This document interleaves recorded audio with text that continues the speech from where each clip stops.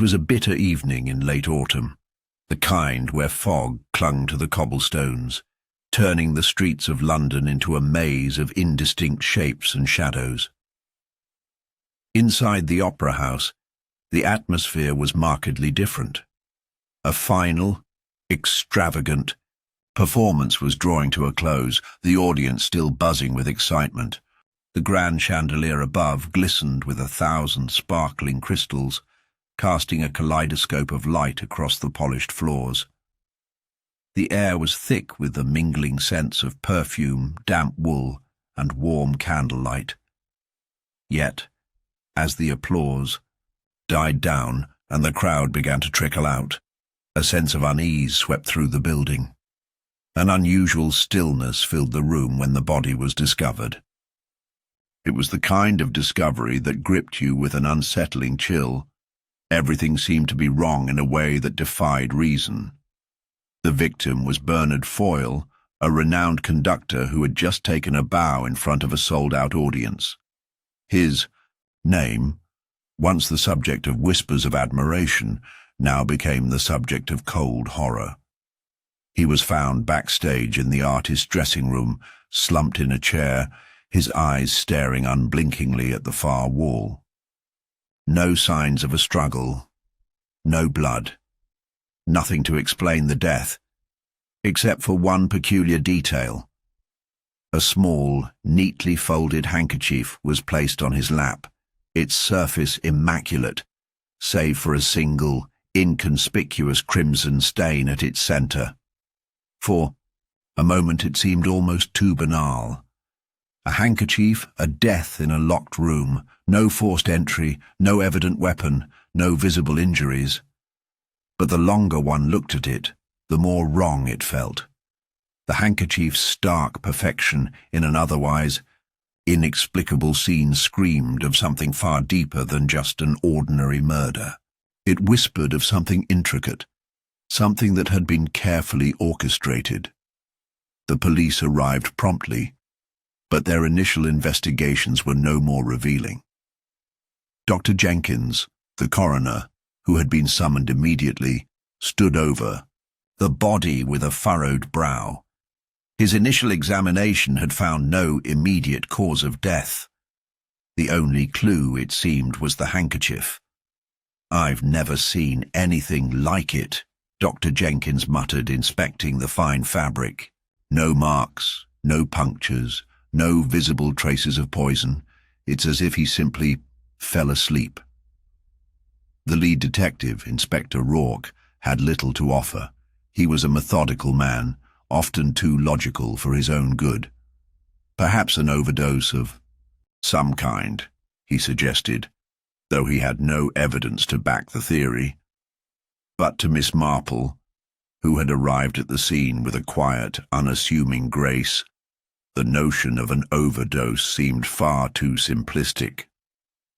She had spent enough years in St. Mary Mead to know that the simplest explanations often concealed the deepest puzzles. As she surveyed the room, taking in every detail, the chairs arranged meticulously around the vanity, the half-open door leading to the corridor, the untouched glass of water on the nearby table, her sharp mind was already formulating a theory, one that would unravel the mystery in a way no one could anticipate. She looked at the handkerchief again, her eyes narrowing as she noted the way it had been placed, almost as though it had been positioned with the utmost care. To most, it might have seemed like a simple gesture. To Miss Marple, however, it was a symbol of something much more deliberate, something intentional. "Inspector, may I suggest you look closely at the stain?" Miss Marple said, her voice calm and gentle, though there was a quiet authority beneath it. "It's not blood, you know." Rourke blinked in surprise. "Not blood?" he repeated. "Not blood," Miss Marple affirmed. "It's far too neat to be blood. It doesn't spread or bleed into the fabric like a wound would. What you're looking at, my dear Inspector, is a very specific kind of ink." The room fell silent for a moment as the weight of her words sank in. Ink? Why would there be ink on a handkerchief? What are you suggesting, Miss Marple? Rourke asked, his skepticism palpable. I'm suggesting that this is no ordinary death, she replied, her eyes twinkling with the sharpness of someone who had seen through the layers of deception. And that handkerchief, though seemingly innocuous, holds the key. Over the next few hours, Miss Marple carefully examined the room, asking the right questions and taking note of small inconsistencies. Why was Foyle alone in his dressing room when the rest of the performers were still mingling in the wings? Why had the room been locked from the inside? And who would have access to the strange ink she had identified?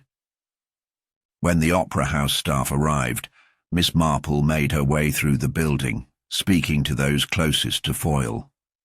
Among them was his assistant, a young man named Edward, who was visibly shaken by the news of his mentor's death. Miss Marple asked him a series of questions, which led to little more than murmured responses and hurried glances. There was also the stage manager, who seemed preoccupied with the logistics of the evening's performance, and the opera singer, who had performed alongside Foyle in the final act. She too was on edge, her eyes darting nervously between the detective and the body in the dressing room.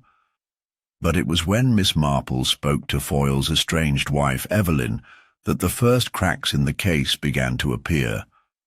Evelyn was an elegant woman, poised and composed, though a slight tremor betrayed her composure.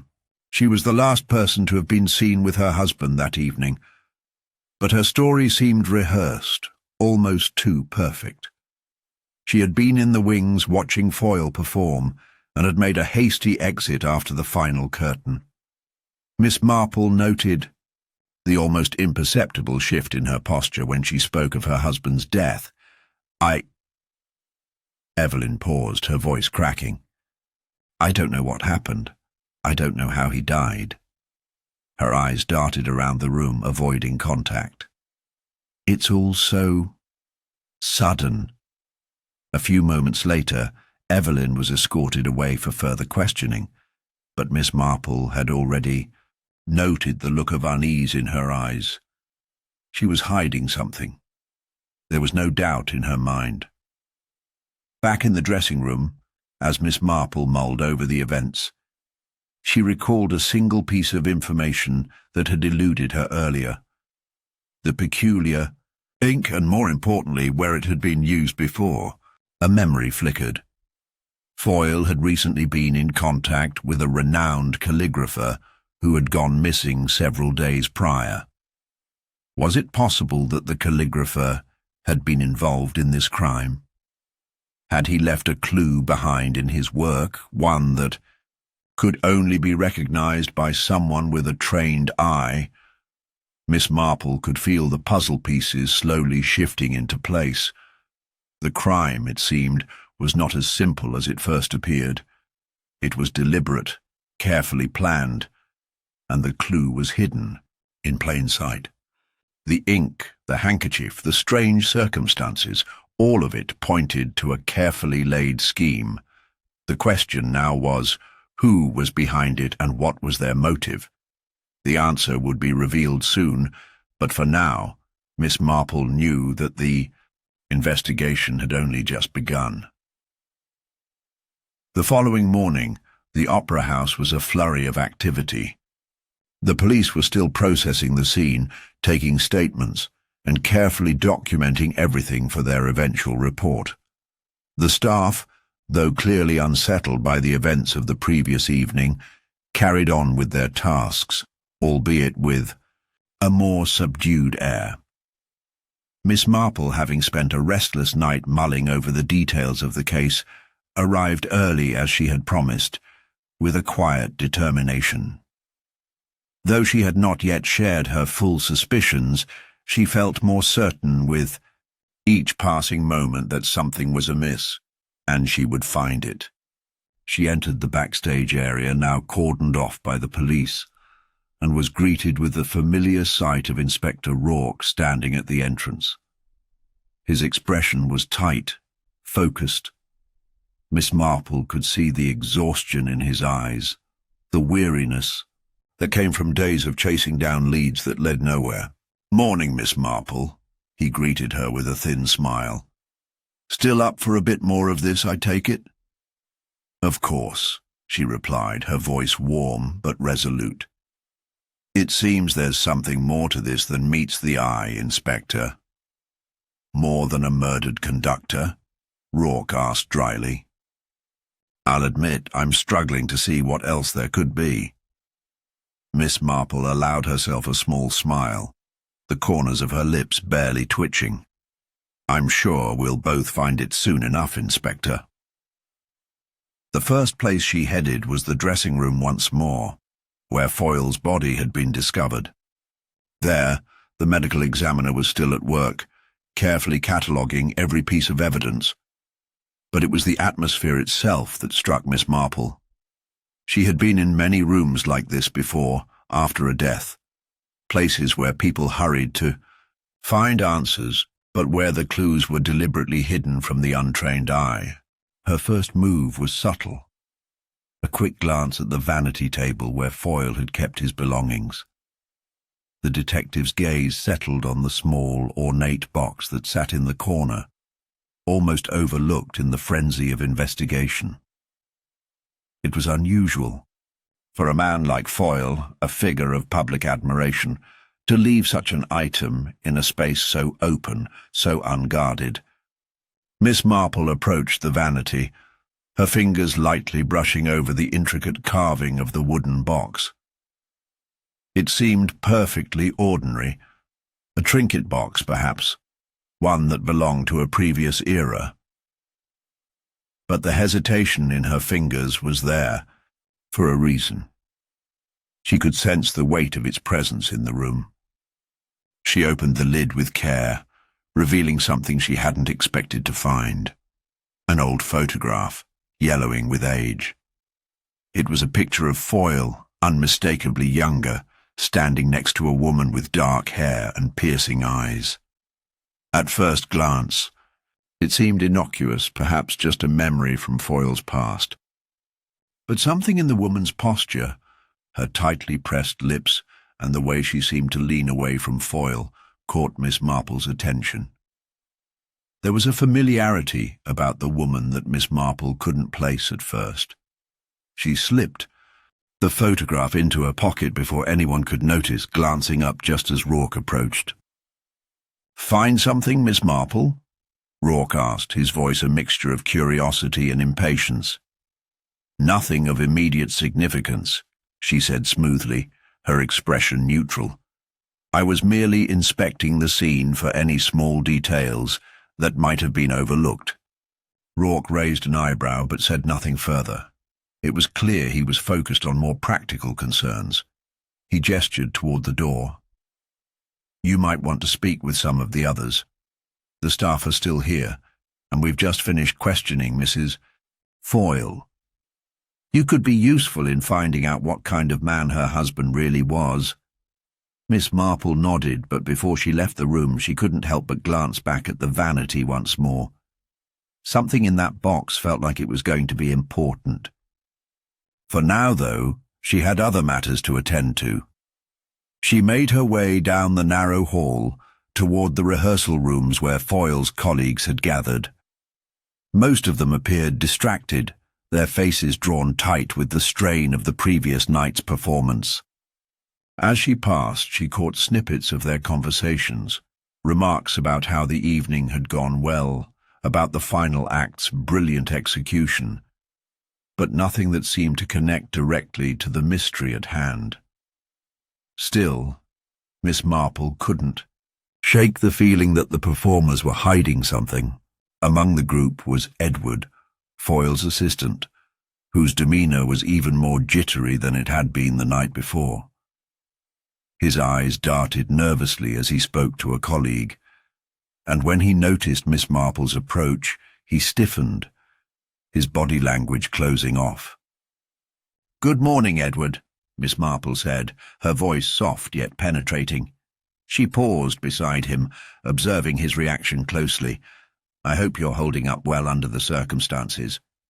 Yes, of course," Edward stammered, wiping his palms against his trousers.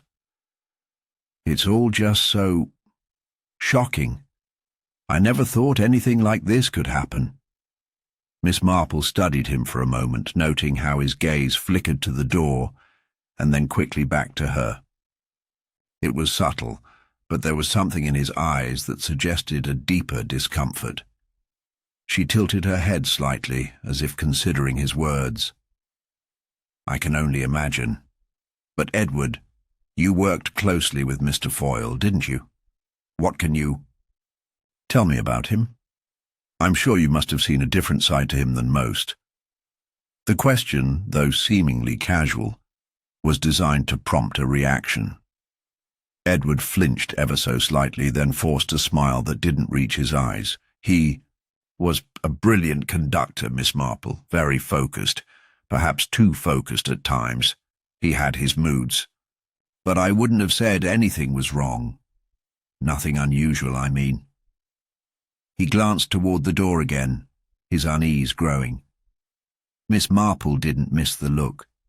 It was the smallest of gestures, but it confirmed what she had suspected.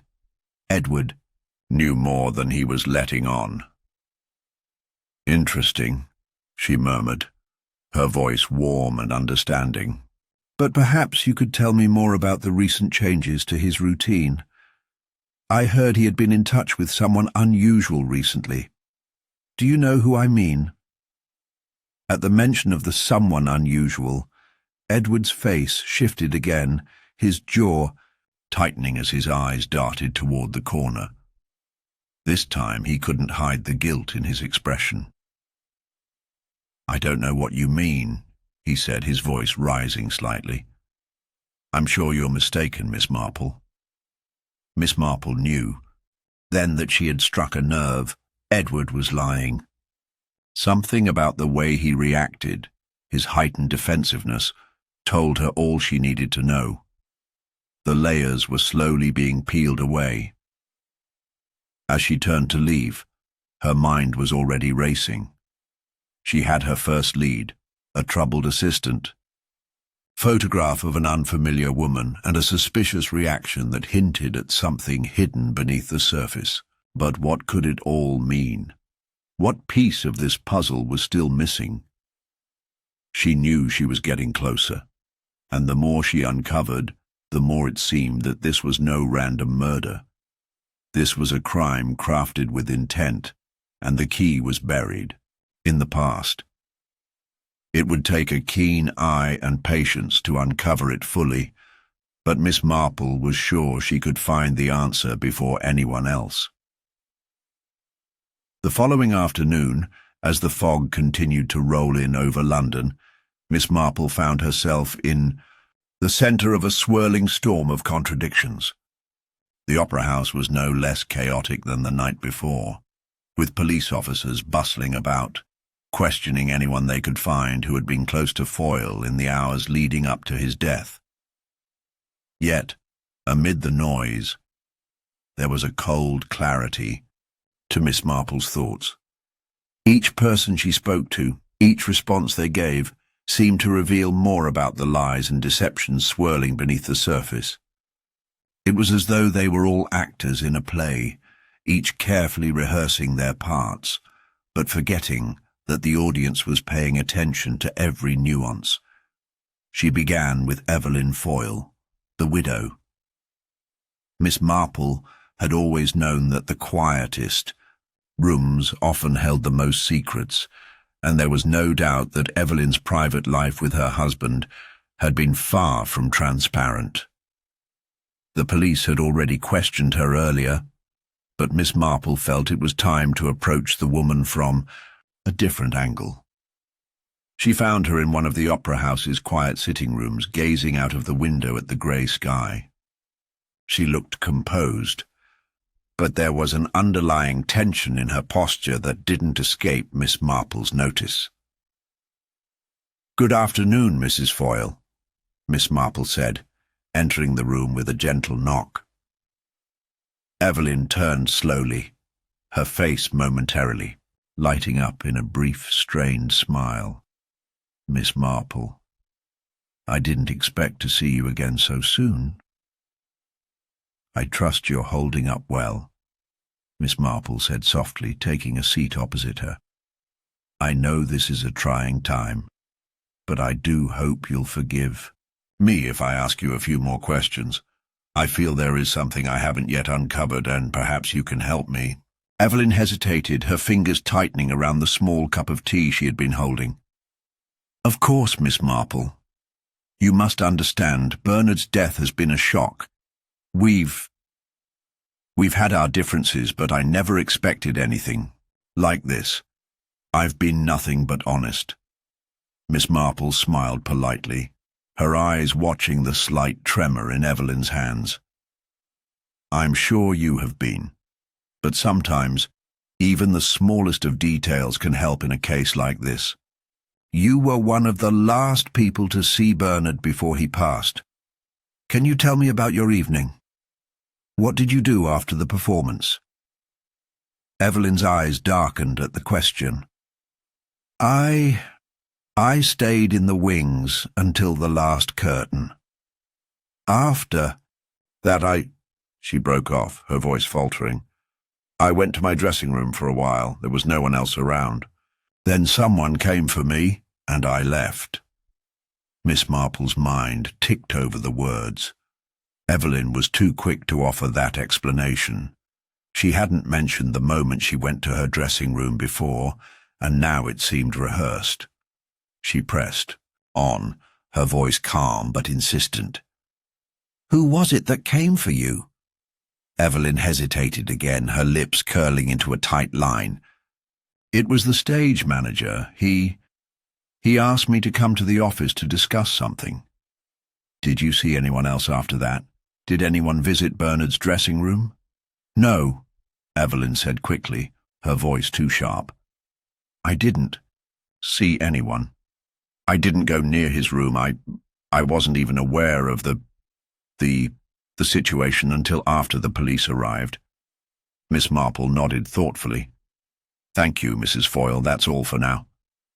As she left the sitting room, she couldn't help but feel that Evelyn's words were a carefully constructed wall, too hastily built. It was clear there was something more she wasn't saying. The question now was, what? The next person Miss Marple sought out was Edward, the assistant. She had already observed his discomfort earlier, but there was something in his eyes now, a glimmer of fear that deepened her suspicion. She found him standing in the hallway, looking more dishevelled than before, his shirt untucked and his tie askew. His nervous energy was palpable, and as soon as he saw Miss Marple approach, he stiffened. Edward, she began, her voice as soft as before, yet firm with purpose. I trust the investigation hasn't caused you too much distress? Edward shifted uncomfortably, his gaze darting to the floor before meeting hers. I'm fine, Miss Marple, just worried about Mr. Foyle. He was a good man. You were very close to him, weren't you? Miss Marple observed, her tone gentle but direct. You were with him practically every day. It must have been a great shock to lose him. Edward swallowed hard, his eyes flicking nervously to the side. Yes, of course. He was like a mentor to me. We worked together for so long. He cleared his throat and shifted his weight, his nervousness unmistakable. But I didn't see anything unusual that night, nothing to suggest that something might happen. Tell me about the day leading up to the performance, Edward. Was there anything out of the ordinary?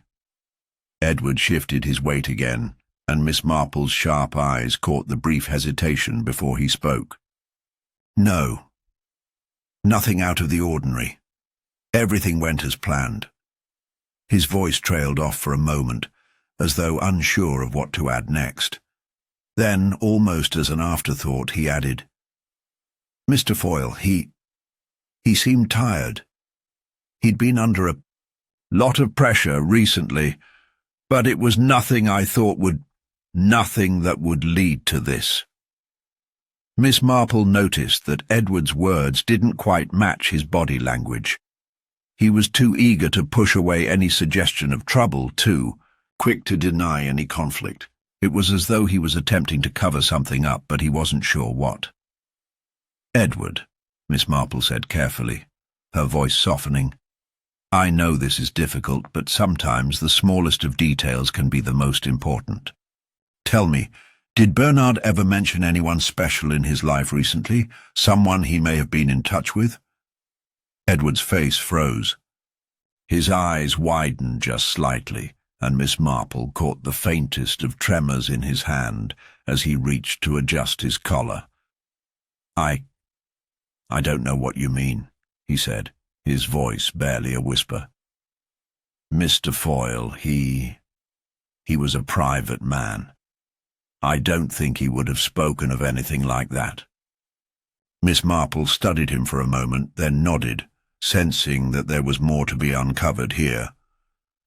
Edward's story didn't line up entirely with the facts, and it was clear he was hiding something. But what? After speaking with Edward, Miss Marple moved to the stage manager, a man named Gerald, who had been one of the last people to interact with Bernard before his death. Gerald seemed unusually composed, almost too calm for someone involved in such a chaotic scene. When Miss Marple approached him, he greeted her with an easy smile, his eyes narrowing only briefly as he sized her up. "Miss Marple, I trust everything is in order?"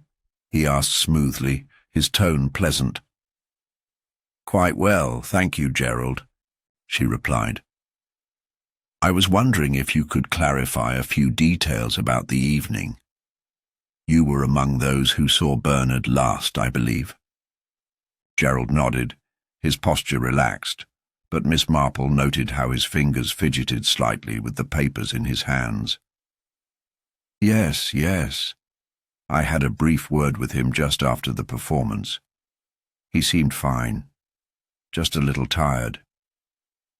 But no signs of distress. No indication that he had been in contact with someone unusual." Gerald's eyes shifted ever so slightly, and Miss Marple caught the subtle tightening of his jaw.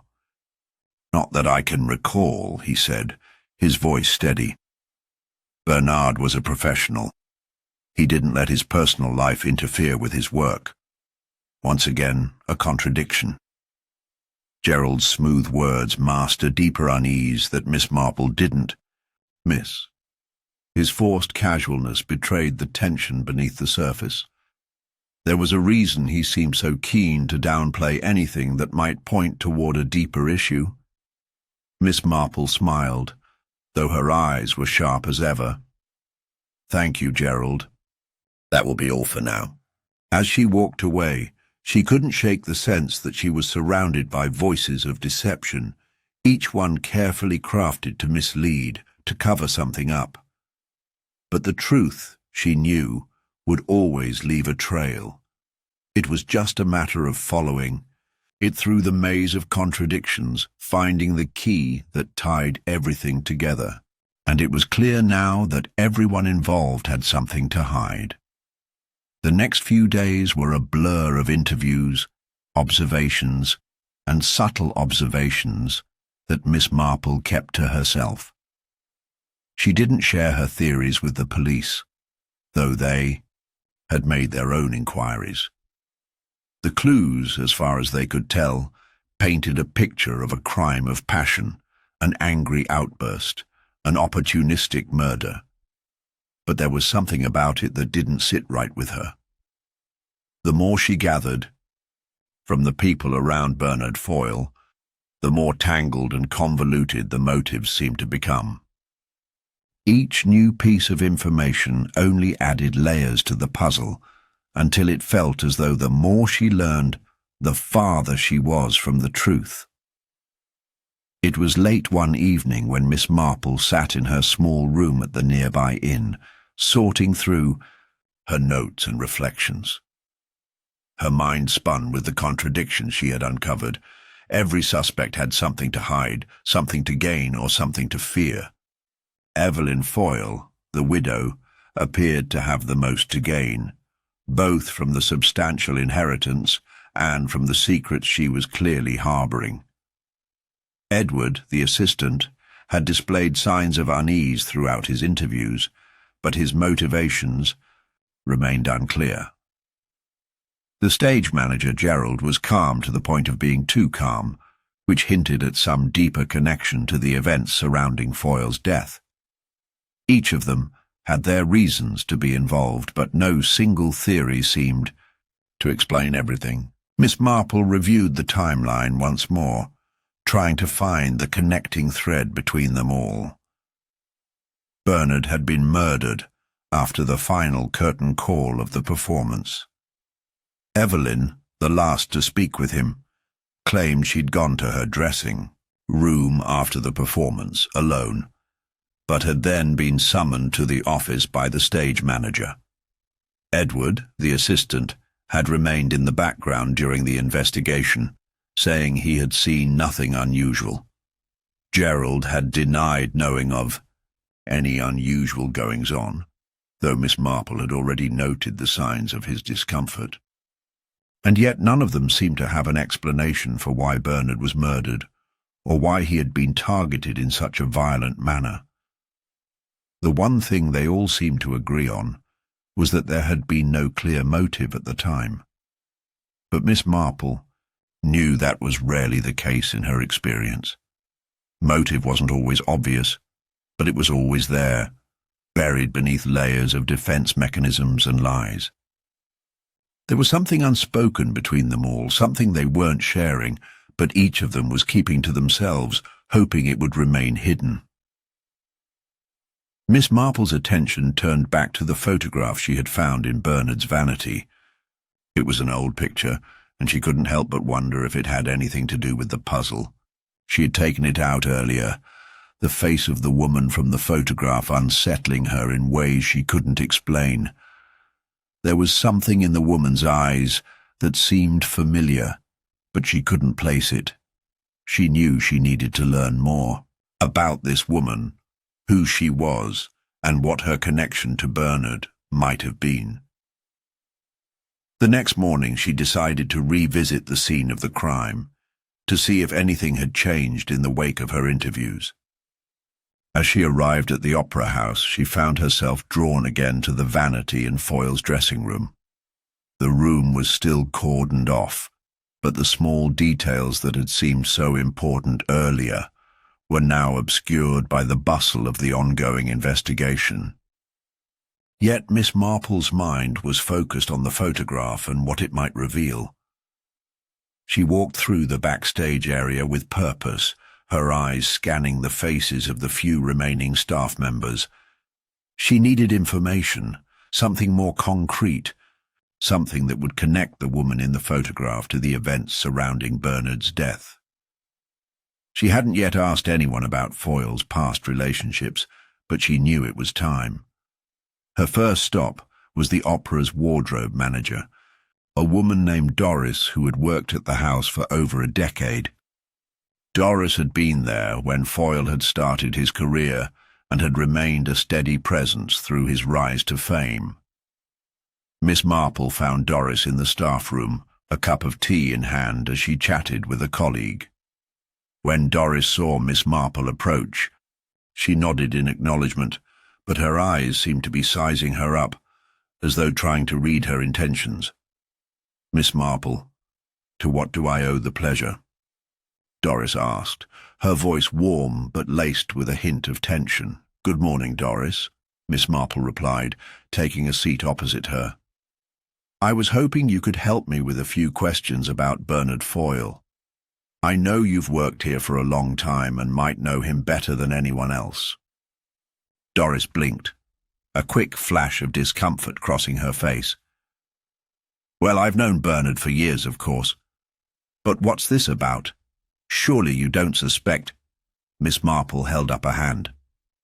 No, not at all, but I do need to know more about him, specifically his personal life. You see, he was a private man, but I can't help but wonder about some of his acquaintances. Doris hesitated, her fingers tightening around the edge of her cup. Bernard had his secrets, Miss Marple. I suppose everyone does, but he was a professional. Always about the work, always about the performance. He wasn't the type to air his dirty laundry. Of course, Miss Marple said gently, but you must know something. Was there ever anyone who seemed important to him outside of his work? Doris hesitated again, her gaze flickering to the side. Well, there was. Someone a few years ago, a woman, but I don't know what happened to her. It wasn't for long, but I remember he was terribly upset when it ended. A woman. Miss Marple leaned forward, sensing a breakthrough. Can you tell me more? Doris seemed torn, caught between loyalty to the late conductor and the desire to help the investigation. After a long pause, she finally spoke. Her name was Isabella Moore. I don't know much about her, only that she and Bernard had a falling out. I've seen her around here a few times, and she seemed desperate, but I couldn't tell you much more. It was a messy affair, if you ask me. Miss Marple's mind clicked into place. Isabella Moore. The name rang a bell. She wasn't sure where, but she had heard it before. She stood up slowly, her fingers gripping her notebook tightly. Thank you, Doris. That was very helpful. The puzzle pieces were beginning to fall into place. Isabella Moore was the missing link. Miss Marple had to find her, and fast. The more she thought about the mysterious woman in the photograph, the more she realized the tangled web of motives was just beginning to unravel. Each of the people involved had their own reasons for lying, for hiding things. But Miss Marple now had her first clear lead. Isabella Moore had been important to Bernard, and from what Doris had said, it seemed like their relationship had ended under very difficult circumstances. Was this the key to everything? Miss Marple was about to find out. Miss Marple's mind was afire with possibilities as she made her way to the Opera House's library, her thoughts swirling around the name Isabella Moore. It was becoming clear that the woman held the key to understanding Bernard Foyle's life, and likely his death. Doris's cryptic mention of the affair, the falling out, and the woman's apparent desperation seemed like a thread worth pulling. The details of the relationship were shrouded in mystery, but one thing was certain. The way Doris had spoken suggested something unresolved, something dangerous that had been left in the past, perhaps buried but never truly gone. The next step, she decided, was to find Isabella Moore. If she had been such an important part of Bernard's life, and if their relationship had ended so violently, it stood to reason that she might have returned to finish what had been started, or to exact some form of retribution. It was time to investigate further. But the very next morning, things took an unexpected turn. As Miss Marple was reviewing her notes, she was startled to hear the sharp knock of a police officer at her door. She opened it to find Detective Inspector Hargrave standing with a look of triumph on his face. His usual air of skepticism had been replaced by an almost smug confidence. "Miss Marple," he said, his voice more buoyant than she had heard in all their previous exchanges. "We have a breakthrough in the case. I believe we've solved it." Miss Marple raised an eyebrow. "Oh, how so?" Hargrave stepped forward, holding up a piece of paper that seemed to have arrived from the lab. "We found a fingerprint on the murder weapon. It matches Gerald Morland, the stage manager. The words hit Miss Marple like a cold wave. Her instincts told her that this was too convenient, too neatly tied up. The authorities were ready to declare the case closed, but Miss Marple's mind screamed that something didn't quite add up. Gerald had always been composed, almost to the point of being overly so. But that alone was no reason to accuse him. What truly troubled her was the speed with which the evidence had been found, almost too fast, too clean. It felt as though the conclusion had been reached before the investigation had really run its course. "It seems clear-cut," Hargrave continued, oblivious to the flicker of doubt crossing Miss Marple's face. "He had access to the weapon, he had a motive, and now we have his prints on the knife. I'm sure the rest will fall into place." Miss Marple didn't share his enthusiasm. "Inspector, I don't mean to cast doubt on your findings, but I must ask, are you certain this is the full picture? Could there be something we've missed?" Hargrave's expression faltered for a moment, then hardened.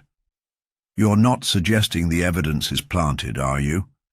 "We've been thorough, Miss Marple. This case is closed." "But have we truly seen all the pieces of the puzzle?" Miss Marple asked gently, though her voice carried the weight of experience. "The timeline doesn't quite sit right with me. Gerald's access to the weapon is one thing, but the way he behaved, too calm, too rehearsed, makes me wonder. And what about the motive? We know he had a history with Bernard, but I don't believe it was enough to drive him to murder." Hargrave stared at her, clearly irritated by her lack of enthusiasm. "We'll have to disagree on this one, Miss Marple. But rest assured, we'll be making the arrest soon enough." Miss Marple nodded, but did not respond. She had already made up her mind. She wasn't going to let the case rest here, not when the real answer still lay out of reach. Gerald Morland, for all his flaws, wasn't the murderer. No, the true criminal was still hiding, waiting for the moment to strike, just as they had done before. The more Miss Marple thought about it, the more she realized how neatly everything had been tied up. It felt orchestrated, too clean, too perfect. Gerald's fingerprints were found on the weapon. He had access to the room, had been seen near the scene. But what about the woman in the photograph? What about the faint unease she had sensed in Doris's eyes when she mentioned Isabella? More, Miss Marple needed to find Isabella, and she needed to find her fast. She spent the next few hours poring over old records at the Opera House, looking for any sign of Isabella Moore. She searched through casting lists, personal files, and even the staff rosters from years ago. But it wasn't until she visited the archives room, away from the bustle of the investigation, that she found what she was looking for. In an old, forgotten file was a picture of a woman, a few years older than the one in the photograph, but undeniably the same. Isabella Moore. And as Miss Marple looked closer at the file, her heart skipped a beat. Isabella Moore hadn't just been a lover of Bernard Foyle. She had been a former chorus member, someone with direct access to the opera's stage, someone with the perfect opportunity to get close to Bernard. And according to the file, she had disappeared abruptly from the company years ago without explanation, without a trace. But here was the real revelation. She had been involved in a public scandal with Bernard, one that had caused a stir in the papers. The details were vague, but the damage was clear. The affair had caused a scandal, and from the looks of it, both Bernard and Isabella had been deeply affected by the fallout. Could the unresolved anger, the jealousy, and the bitterness of that affair have been enough to drive Isabella to murder? Miss Marple didn't have time to dwell on it for long. She had to act, and quickly. The authorities were about to make their move, and she could feel the pressure mounting. But before she could contact anyone, a message arrived. It was from the police. Gerald Morland had been found, but he was dead. He had taken his own life in the early hours of the morning, leaving a letter of confession behind. The letter, according to Hargrave, was short and to the point. Gerald had confessed to killing Bernard in a fit of jealousy and rage over an argument. They had, though the details were sketchy. The authorities were calling it a victory, claiming that they had finally closed the case. But Miss Marple didn't feel victorious. Something was wrong. Gerald's death was too convenient, too neatly timed. The true culprit had once again evaded capture, and Miss Marple could only wonder if the police had been too eager to close the case. The real criminal remained hidden in the shadows, and Miss Marple knew that the game was far from over. The days that followed Gerald Morland's death were a tense and unsettling blur. Miss Marple couldn't shake the nagging feeling that the case had not truly been solved, that something deeper was lurking beneath the surface, just beyond reach. She had seen it before, how a story could be crafted to fit a neat narrative, how the authorities could close a case with the satisfaction of a job well done, but fail to look at the shadows lurking behind the conclusion. Gerald's confession, his death, and the supposed resolution were just too convenient. The real truth was still hidden, and she was determined to uncover it. She spent the morning revisiting her notes, poring over every detail, every conversation. She'd had every subtle nuance in the behavior of the people involved. Something wasn't sitting right with her. It was then, as her mind danced over the names of the people she had interviewed, that she remembered something small, something easily overlooked: Isabella Moore. The name had seemed like the key to the mystery, but Miss Marple had been so focused on finding her that she hadn't fully processed the implications of Doris's words. Isabella had been a chorus member at the Opera House, and her brief affair with Bernard Foyle had caused a scandal.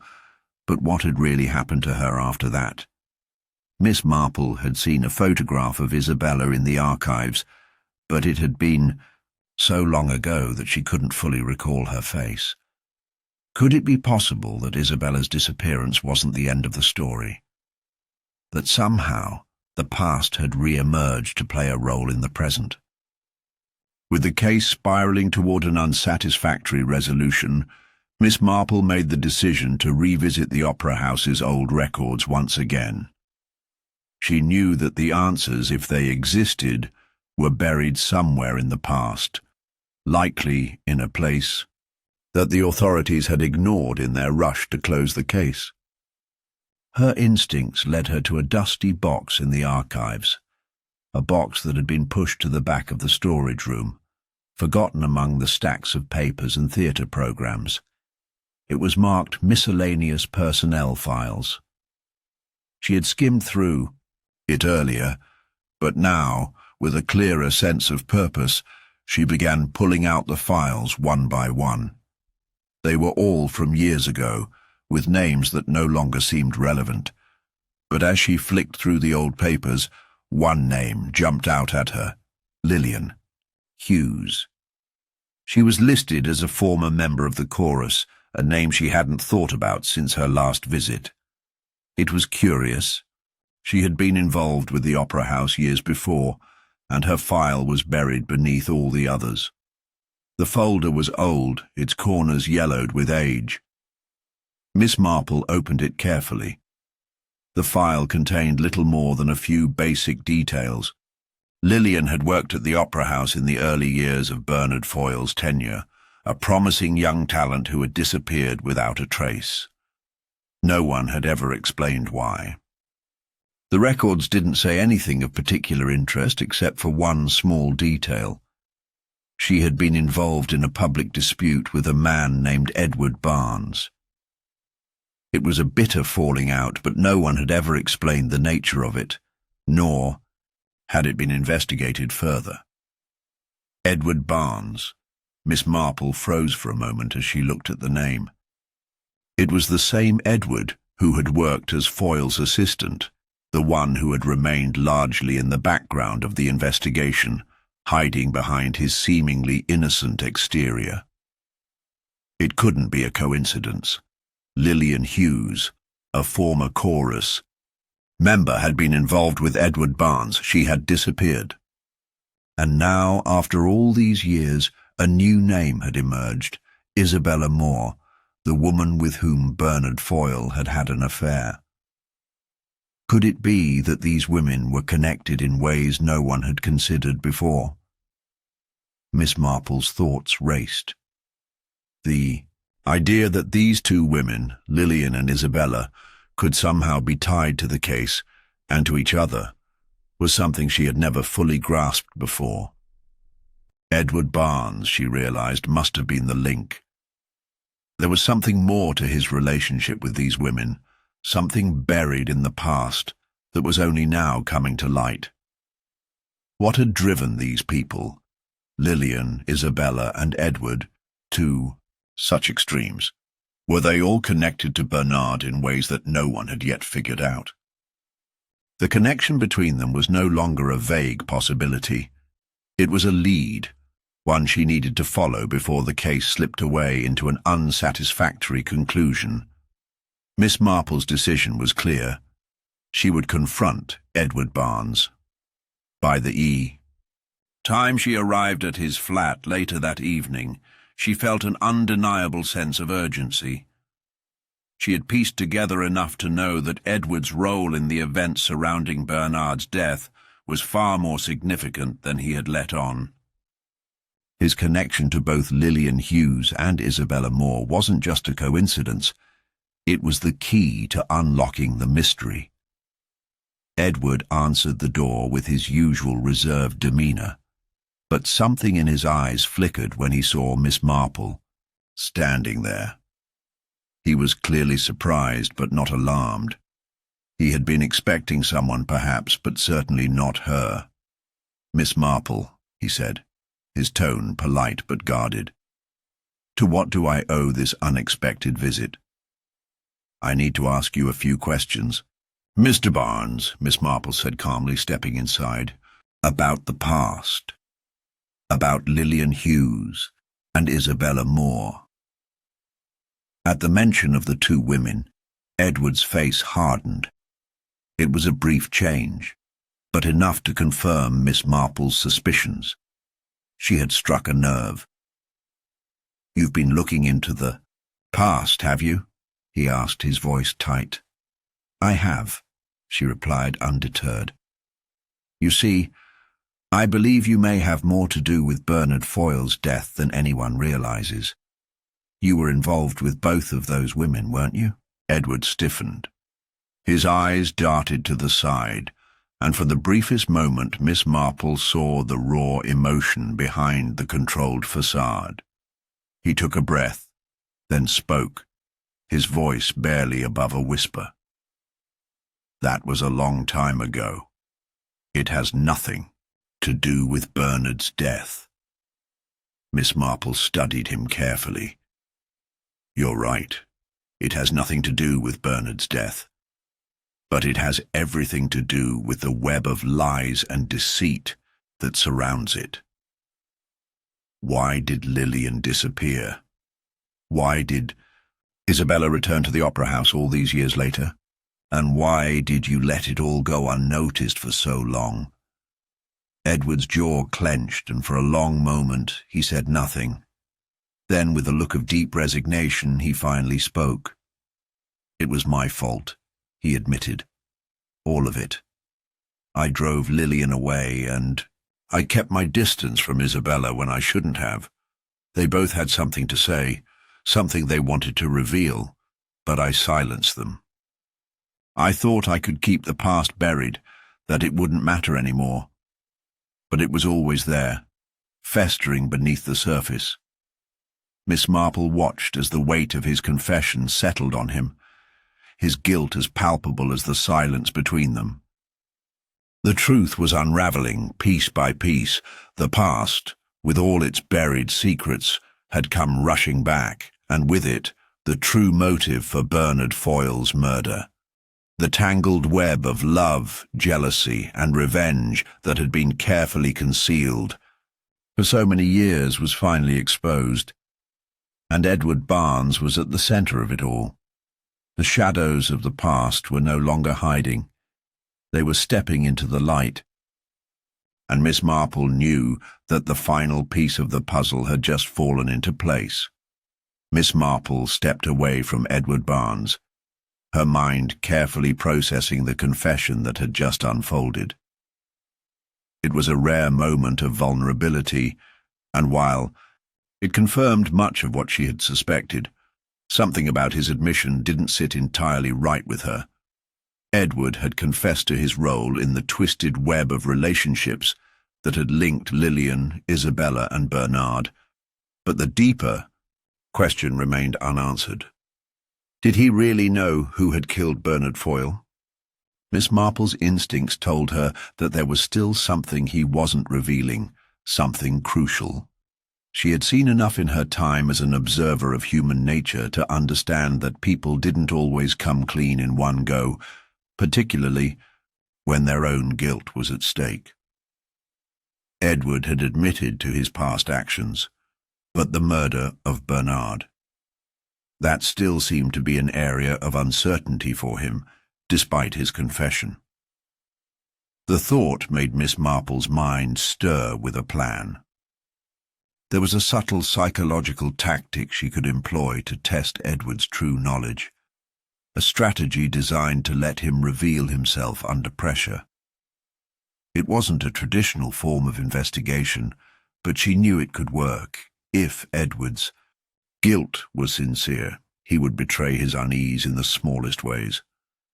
Her opportunity came the next day. Edward, clearly flustered from their earlier conversation, had retreated into his shell, refusing to engage further with Miss Marple. However, she wasn't about to let him retreat entirely. She had already learned enough about him to know he wasn't a man who relished conflict, and in that moment, she saw a perfect opening. That evening, she arranged a quiet, indirect confrontation. Miss Marple invited Edward to meet her at a small, discreet cafe on the outskirts of the city. She'd chosen a quiet table in full view of the street where they could talk without interruption. She arrived early, watching from the window as patrons moved in and out, the mundane, familiar flow of life seeming at odds with the storm of suspicion she had been navigating. Edward arrived precisely on time, looking as though he had spent the day in anxious contemplation. He was dressed neatly, but his demeanour was stiff, betraying a level of discomfort. Miss Marple rose to greet him with the same calm politeness she always did, offering him a chair. "Mr. Barnes," she began, her voice carrying no hint of judgment, only curiosity. "I've been thinking more about our conversation. You were so open with me regarding your past with Lillian and Isabella. I find that quite commendable, considering how easily your past could have been swept under the rug." Edward hesitated before replying, his lips pressing into a thin line. "I didn't want to live with the lies anymore," he muttered, lowering his gaze. "But that doesn't change what happened with Bernard. I had nothing to do with his death." Miss Marple nodded slowly. "Of course not. And yet, I can't help but wonder, Mr. Barnes, if you might have missed something that could help us understand how Bernard ended up dead in his office." Edward's eyes flickered up to meet hers, and she saw the slightest tremor in his gaze. It was subtle, but it was there. He was listening. "What do you mean?" "Well, it occurred to me that the whole affair, the past, the affair with Isabella, the strained relationship with Bernard, it doesn't all fit together. Bernard was a careful man, a man who would have seen to it that things were in order before he left the opera house. He would have locked his door, double-checked everything. But there's something about his death, something that doesn't make sense. Edward shifted in his seat, suddenly uncomfortable. Miss Marple's observation had hit a nerve, and she knew she was on the right track. She pressed further, her voice soft, but insistent. You see, what if Bernard's death was more than just a crime of passion? What if it was something more calculated?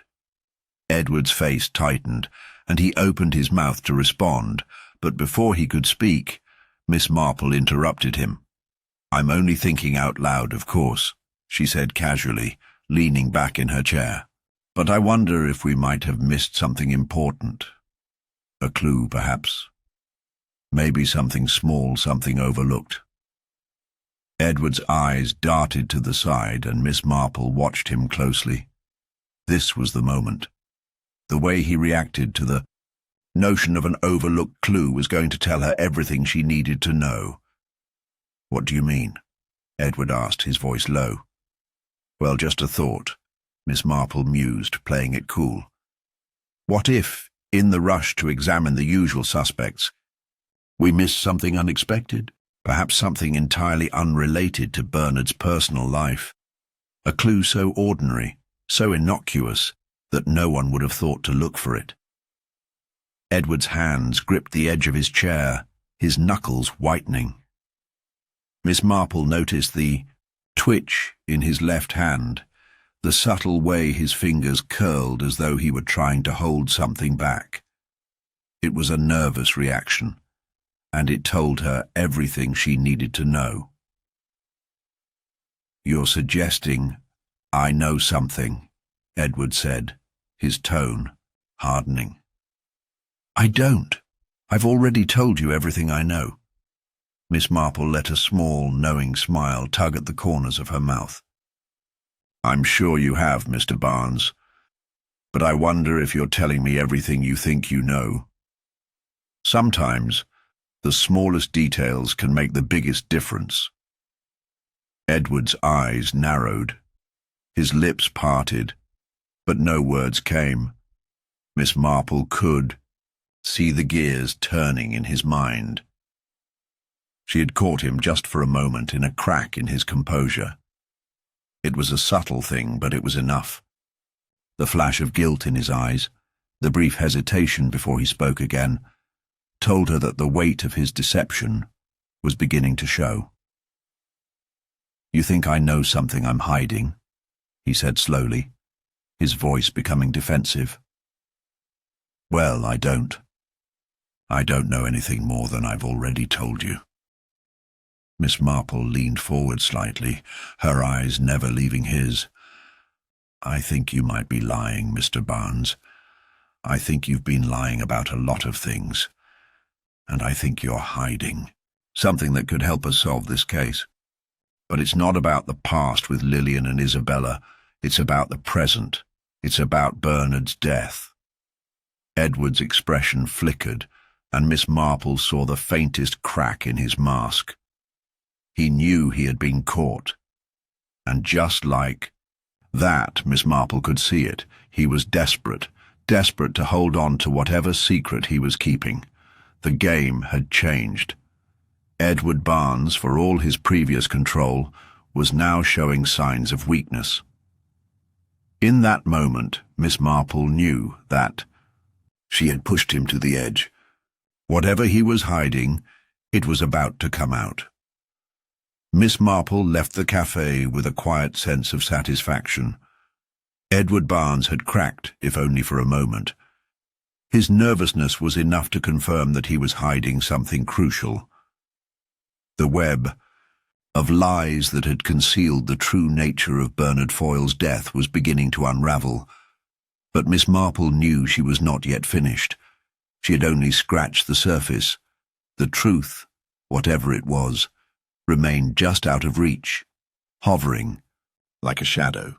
As she walked down the street, lost in thought, She couldn't shake the feeling that the final pieces were still scattered in places she hadn't looked. There were too many unanswered questions, too many loose threads.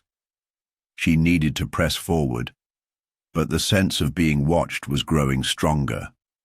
She had been right to suspect that Edward was hiding something, but someone else was still playing a far more dangerous game. That night, Miss Marple found herself at the Opera House again, standing in the dimly lit hallway outside Bernard Foyle's office. The building, once filled with the vibrancy of rehearsals and performances, now felt like a mausoleum. The air was thick with secrets, as if the walls themselves were holding their breath, waiting for the truth to surface. The quiet hum of the fluorescent lights overhead was the only sound in the stillness. Her gaze drifted to the door of Foyle's office, the place where Bernard had been found dead. The lock was still intact, the windows sealed shut, and everything appeared undisturbed. Yet Miss Marple knew better than to rely on appearances. The office had been meticulously searched before, but something had been missed. She could feel. She was about to step forward when she noticed a figure moving quickly down the hallway. A silhouette cast by the low light, a fleeting figure, tall and slightly hunched, making its way toward the back door. Miss Marple froze, the hairs on the back of her neck prickling. Whoever it was, they were in a hurry, and they weren't supposed to be there. She followed, as quietly as possible, her footsteps muffled by the old carpet. The figure turned a corner and disappeared into one of the storage rooms.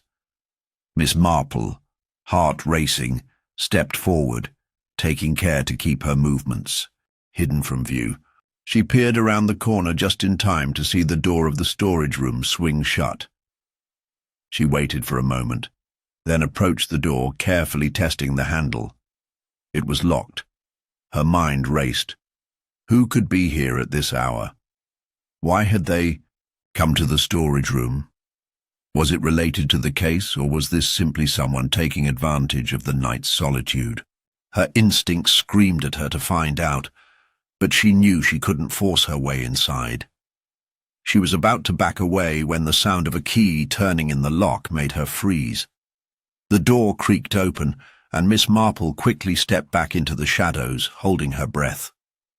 The figure emerged, and in the dim light she could just make out the familiar shape of Edward Barnes. He glanced around nervously before hurrying down the hallway and disappearing through a side exit.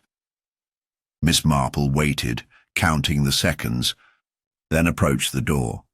She peered through the small crack between the door and its frame, and immediately saw it, the unmistakable sight of Foyle's desk, dishevelled and ransacked. Miss Marple's heart sank. Whatever had been inside the desk, whatever had been left behind as a clue, was now gone. She pushed the door open just enough to slip inside, moving swiftly toward the desk. Papers were scattered on the floor, and the drawers were all ajar. Someone had been searching through everything, and not just casually. They had been looking for something specific. It didn't take long to confirm her worst fear. A crucial piece of evidence was missing. A letter that Foyle had kept in his desk for years, had vanished. The letter was important, Miss Marple knew, because it contained details of a previous blackmail attempt involving one of the suspects. It had been the missing link in the investigation, the key to understanding the deeper motives behind the murder. Whoever had taken the letter had just robbed Miss Marple of the evidence she needed to unravel the mystery. She stood there in the dim light, her mind racing. Someone was working against her, someone who knew exactly what she was looking for and was determined to bury the truth. Edward Barnes's visit to the storage room had been no accident. He had known that the letter was in Foyle's desk, and now it was gone. Miss Marple couldn't help but feel the rising tide of frustration. Whoever was orchestrating this game, manipulating the investigation, had just made their move. But Miss Marple was no stranger to deception. She had learned long ago that when the truth is buried, one must be patient and persistent, for it has a way of coming to the surface no matter how hard others try to keep it hidden. The theft of the letter was a game changer, but it wasn't the end of the line. In fact, it might be the key to understanding the true depth of the conspiracy surrounding Bernard's murder. Whoever was behind the theft wanted to destroy the evidence before it could be used, which meant it was more important than ever. Miss Marple made her way back to the street, her thoughts heavy. It wasn't just Edward Barnes she had to watch. There was someone else. Someone who had been pulling the strings from the shadows. The question was, who? She returned to her small room at the inn, her mind still turning over the events of the night. The pieces were still scattered, but she wasn't about to give up. She would find out who had stolen the letter, and more importantly, she would find out why. The next morning, Miss Marple paid a visit to the opera house once again, this time with a new sense of urgency. She knew she was close, but she also knew that whoever had stolen the letter was now watching her every move. She had to be careful. One wrong step, and everything she had worked for could slip away. As she approached the back entrance, she noticed something strange. The door to the storage room was slightly ajar. No one had been there when she left the night before, and yet, now someone had been inside. With her heart pounding, Miss Marple stepped inside, her eyes scanning the room. The desk was still disheveled, papers scattered on the floor, but something was different. There, lying among the discarded papers, was the letter. It had been returned. Her pulse quickened. Whoever had taken it had made a critical mistake. They had underestimated her. They had thought they could bury the truth, but Miss Marple knew better. This wasn't over. Not by a long shot. Miss Marple's eyes lingered on the letter for a moment longer before she carefully folded it and slipped it into her bag. The fact that it had been returned to the desk so hastily after being stolen only made the situation more perplexing. Whoever had taken it clearly hadn't wanted her to find out, yet now that it had reappeared, it felt like an ominous message. A message that said the game was far from over. She left the opera house, her mind swirling with thoughts. The letter, the strange disappearance of Edward Barnes the previous night, and the unanswered questions that still plagued her. Whoever was orchestrating this had been watching her every move, and now they had made a critical error. But Miss Marple knew better than to think that meant she had won. This was a battle of wits, and she was now fully aware that the villain was still several steps ahead. As she walked back toward her inn, she noticed something out of the corner of her eye. A figure standing by the edge of the street, partially hidden in the shadows, their posture rigid. It was enough to make her pause, her instincts warning her that something wasn't right. Miss Marple continued walking, her pace unhurried, but her senses were alert. She knew better than to act impulsively. The figure didn't move as she passed, but she couldn't shake the feeling that she was being watched. She quickened her steps, and soon reached the entrance of the inn, slipping inside with a quiet breath of relief. Her room was just as she had left it, and the moment the door clicked shut behind her, she leaned against it, considering her next move. But her thoughts were interrupted by the shrill ring of the phone. It wasn't the inn's standard line, the one for guests. It was the private one she'd been given when she first arrived. She hesitated for a moment before picking it up. "Miss Marple?" The voice on the other end was breathless, frantic, barely recognizable. "Yes?" she replied calmly, though her heart had begun to race. "There's been another murder," the voice continued, this time clearer. "At the Opera House. It's—" There was a pause, followed by a sharp intake of breath. "It's Edward Barnes. He's dead." Miss Marple felt the world shift beneath her. Edward Barnes dead, just hours after their conversation. This wasn't a coincidence. It couldn't be. "Where is he?" she asked, her voice steady despite the shock that threatened to consume her. "In the alley behind the Opera House," the voice said. "We think it's another strangulation, just like Bernard." The phone went dead before Miss Marple could ask any more questions. The moment of silence that followed was unbearable. She stood there for a moment, her mind racing. This wasn't just a follow-up to Bernard Foyle's murder. This was a statement, an escalation. The person who had been pulling the strings was now drawing her deeper into the trap. Edward Barnes had been an unwilling player, and now he was dead. Miss Marple was certain that whoever had killed him was also responsible for Bernard's death. But why? Why target Edward so soon after his confession? Was it an attempt to silence him, to keep him from spilling more secrets? She had to find out. Without wasting another second, Miss Marple grabbed her coat and made her way back to the Opera House, her thoughts a whirlwind. As she walked down the darkened streets toward the alley, she couldn't shake the feeling that this was only the beginning. Whoever was behind these murders had planned every move with precision, and now the game had entered a new phase. When she arrived at the Opera House, the scene was swarming with police officers and detectives. The lights from their flashlights cut through the night, casting long shadows on the walls of the alley. Miss Marple stepped to the side, quietly watching as the officers examined the area, speaking in hushed voices.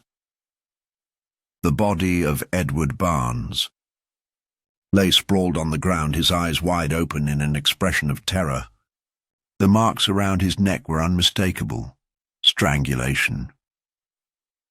A young officer approached her. "Miss Marple, He stopped short when he saw the expression on her face. "You're here. We were just about to call you." Miss Marple nodded.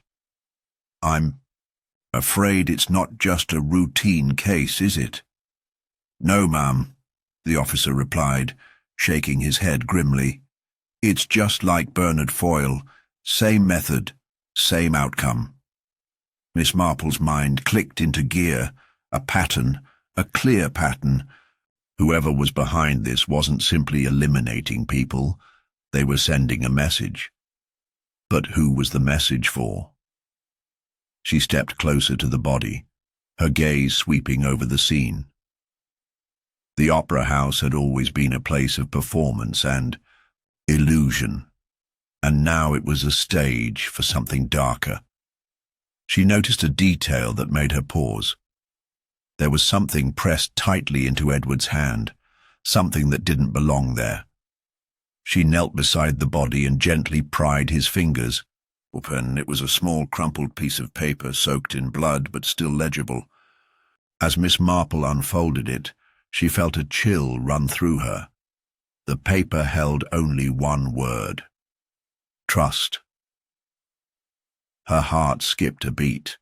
The meaning was clear. The killer was mocking her. They were daring her to solve the puzzle, knowing that every step she took toward the truth only brought her closer to danger. It was a taunt, a challenge, and it made Miss Marple realize with sudden clarity that whoever had killed Bernard and Edward wasn't done yet. The stakes had risen. The killer was no longer just eliminating obstacles. They were now targeting Miss Marple directly. The realization hit her with the force of a blow. She wasn't just investigating a crime anymore. She was preventing the next one. As the officers continued their investigation around her, Miss Marple's mind worked furiously. She had to get ahead of this before the killer struck again. There were too many unanswered questions, too many pieces that still didn't fit. And then, like a flash of lightning, it struck her. The one detail she'd missed, the detail that could finally put an end to this madness. But first, she had to find the one person who could help her. Before it was too late. As the law enforcement officers escorted Clara away, Miss Marple lingered in the opera house, her thoughts turning over the case like a finely crafted puzzle. The solution, as satisfying as it was, left her with an unsettling feeling. Something about Clara's breakdown, the way she had so readily admitted to the murders, didn't sit right with Miss Marple. There had to be more to this story than simple greed and fear. The investigation had been meticulous, the pieces of the puzzle fitting neatly together. Clara had wanted money. She had wanted to escape her past with Charles Whitmore, and she had been willing to silence anyone who stood in her way. Yet there was a deeper thread, an emotion that had driven her further than mere financial desperation. Miss Marple had been a witness to that final quiet moment when Clara broke down. Her tears were not just those of a murderer who had been caught, but of someone who had been carrying something far darker than Miss Marple had anticipated. It wasn't until the late hours of the night, long after Clara had been taken into custody, that Miss Marple began to piece together the full extent of what had truly driven Clara to kill. She sat alone in her small study, the faint hum of the opera house's distant after-hours activity still lingering in the air. Her fingers hovered over the worn edge of a leather-bound notebook, filled with scribbled notes and observations. There, on one particular page, the answer had been hiding all along, just waiting to be uncovered. The blackmail letters, the affair with Charles Whitmore, and even the careful planning behind the murders, all of those were pieces of the puzzle. But Clara's own behavior, her sudden bursts of emotion, and her feverish need to cover her tracks now seemed to hint at something else entirely. Miss Marple's mind returned to one detail she had overlooked. The opera house, the place where Edward Barnes had died. It wasn't just the venue for the crime. It was Clara's sanctuary, a place where she had clung to a facade of normalcy.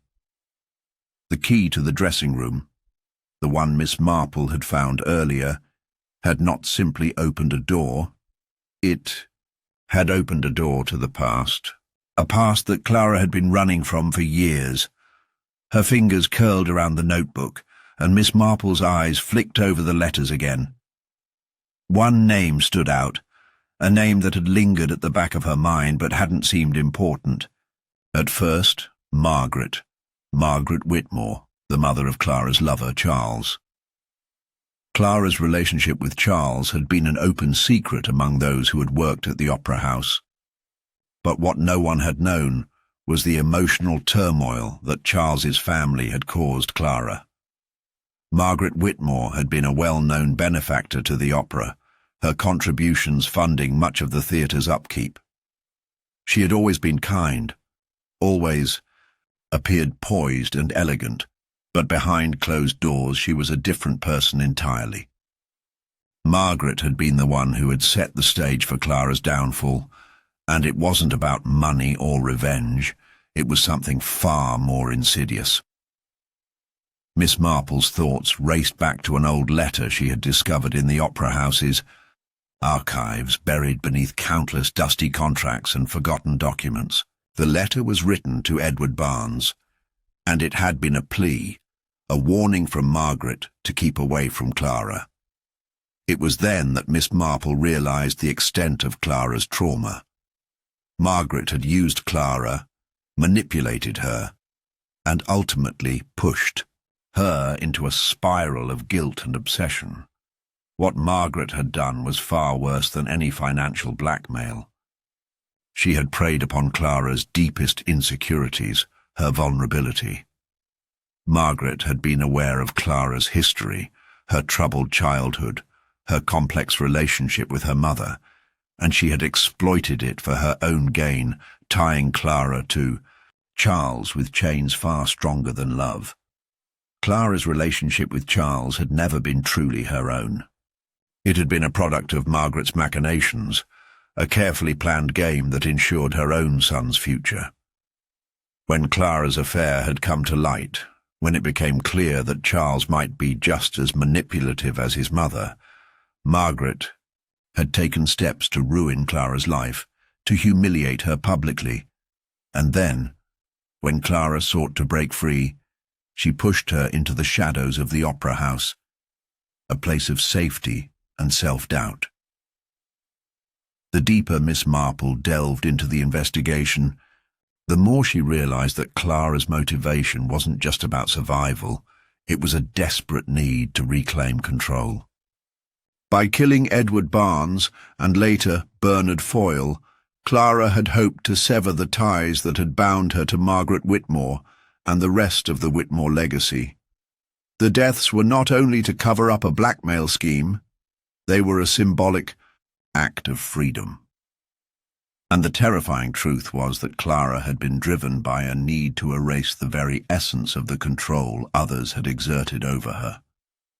As Miss Marple finally pieced together the broken fragments of Clara's story, she felt a strange sense of pity. Clara's actions were heinous, certainly, and no one could excuse murder. But the psychological torment, the weight of manipulation, that had shaped Clara into the person she was a tragedy in itself. It was the tragic story of a woman so deeply scarred by the manipulative forces of a family who had sought to control her that she had been pushed into committing unthinkable acts. Miss Marple sighed as she closed the notebook, the flickering candlelight casting long shadows across the room. She had uncovered the truth, but it wasn't a victory that brought her satisfaction. It was a sobering realization of just how far a person could be pushed before they snapped, how deeply hidden motives could influence actions that no one could have predicted. For a moment, Miss Marple allowed herself a quiet reflection. In the end, the crime wasn't about money, power, or revenge. It was about the consequences of living in a cage built by someone else's expectations. And now Clara would face those consequences. But Miss Marple would never forget the hidden motives that had driven her to the brink of madness. Miss Marple stood before the opera house, the warm evening air barely stirring the hem of her coat. The case, though wrapped in layers of deception, had taken its final turn. Clara's story, though tragic, was no longer the mystery that had eluded the authorities. It was clear now. But the lingering questions, the unsettling unease that Clara's arrest had failed to quell, pressed upon Miss Marple's mind. It was not just about the murders anymore. No, there was still a thread left dangling, a hidden force at play in the shadows of this dark tale.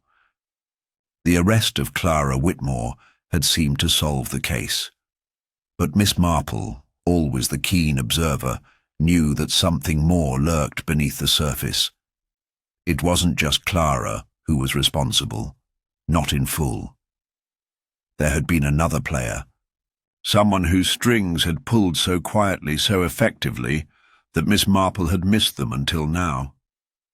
Margaret Whitmore, the enigmatic matriarch of the Whitmore family, had been too quiet, too elusive. And now Miss Marple was sure that Clara's confession, which had seemed to come too easily, had been part of a bigger scheme, a trap that had been set much earlier. A carefully orchestrated deception where Margaret Whitmore had been the unseen hand, directing Clara to take the fall. The final confrontation was coming, and Miss Marple had prepared her move with precision. She stepped inside the opera house, where the grand chandeliers above still flickered dimly, casting their cold light over the silent hall.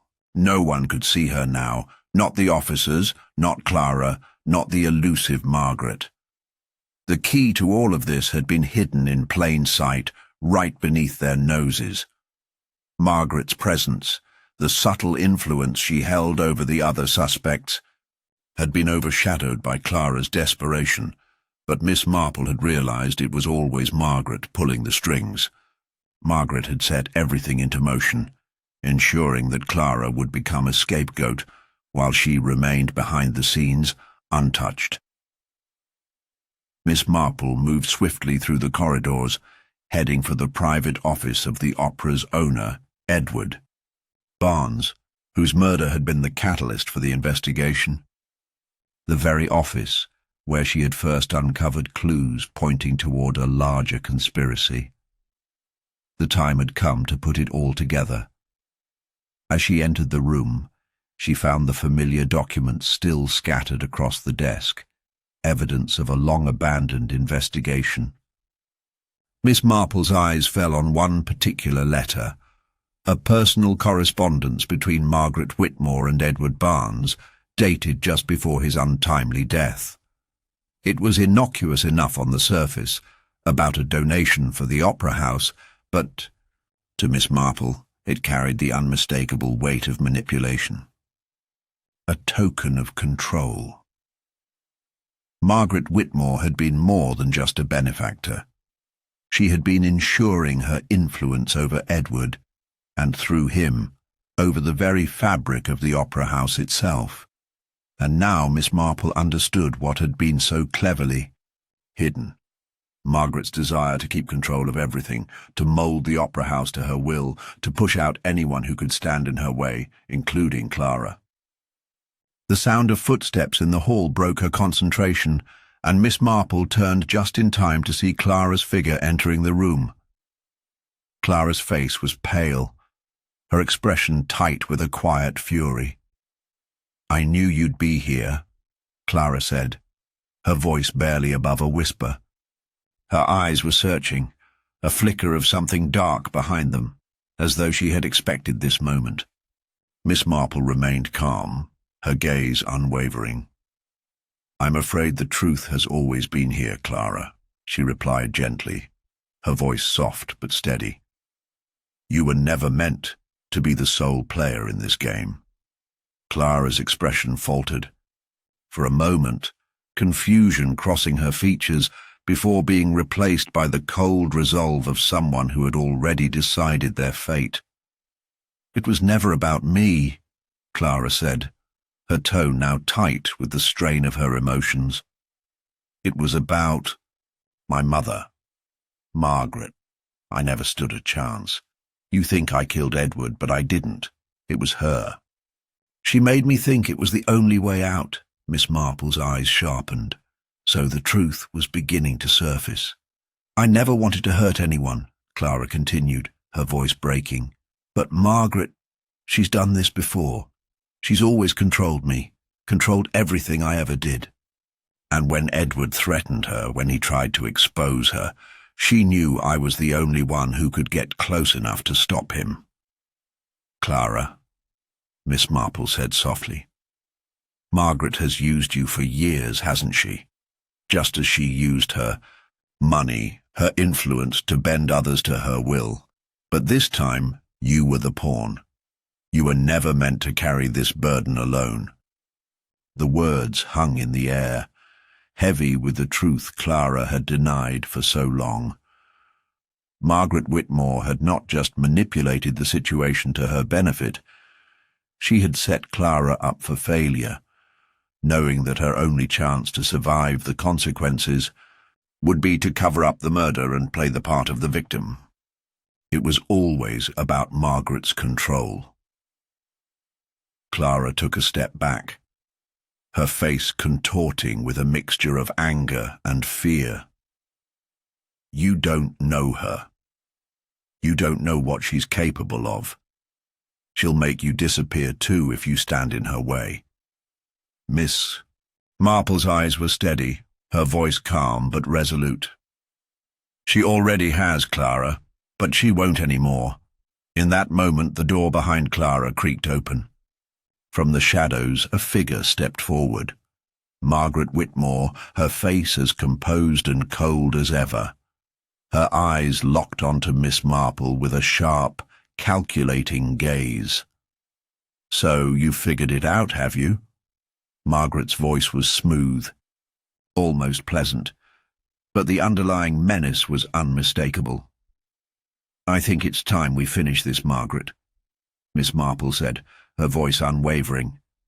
Margaret took a step forward, a subtle smirk curling on her lips. "You think you've won? You're merely a part of a bigger game, Miss Marple. You always were." The final confrontation had come at last.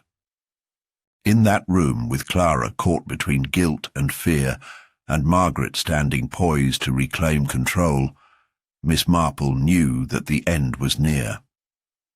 But she wasn't afraid. She had laid the trap, and now the pieces would fall into place. "I believe it's time for you to face the consequences of your actions, Margaret," Miss Marple said, her voice low but firm. "The game is over." For a moment, the room was still, the tension so thick it seemed to hang in the air like a storm cloud. Ready to burst, Clara stood frozen, her eyes darting back and forth between Miss Marple and her mother, Margaret. The older woman's calculated expression faltered for just an instant, but it was enough. Miss Marple saw it. There was a flicker of something. In Margaret's eyes, something unfamiliar, something not entirely composed. It was the smallest crack in her carefully crafted facade, the one thing Miss Marple had been waiting for. Clara spoke first, her voice tight with a mixture of relief and terror. "You don't understand. It wasn't supposed to be like this." Margaret's cold smile returned, though it was tinged with a hint of desperation now.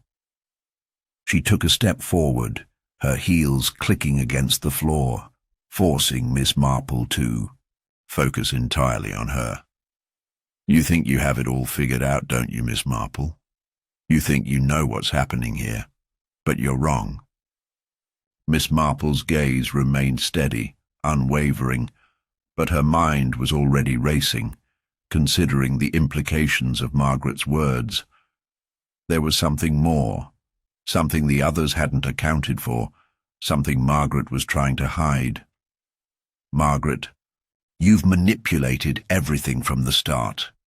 You've controlled your daughter, controlled everyone in your path," Miss Marple said, her voice calm but firm. "But you didn't do it alone, did you?" Margaret stiffened, her composure cracking ever so slightly.